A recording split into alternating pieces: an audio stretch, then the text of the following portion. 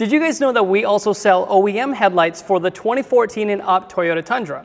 In this video, I want to tell you guys about the adapter harnesses or the conversion harnesses, because a lot of people in the comments section have been having questions. Which ones do I need? Well, first off, I'm assuming you guys are upgrading your halogen lights to these OEM LED lights.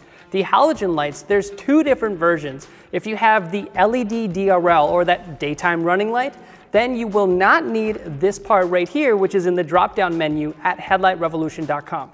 This is H126.1.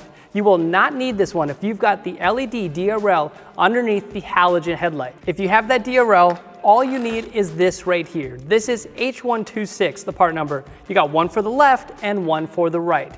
That is going to make these lights work properly on your halogen truck.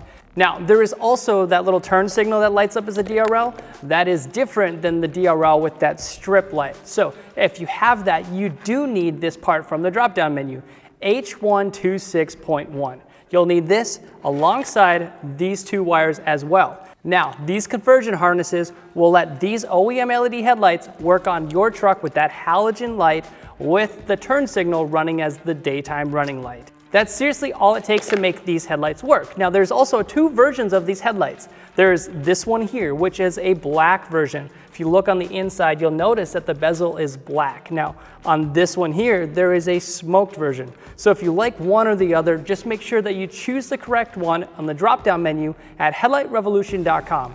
Also, type in your year, make, and model, and you'll see every single other LED light that we have tested for your Tundra.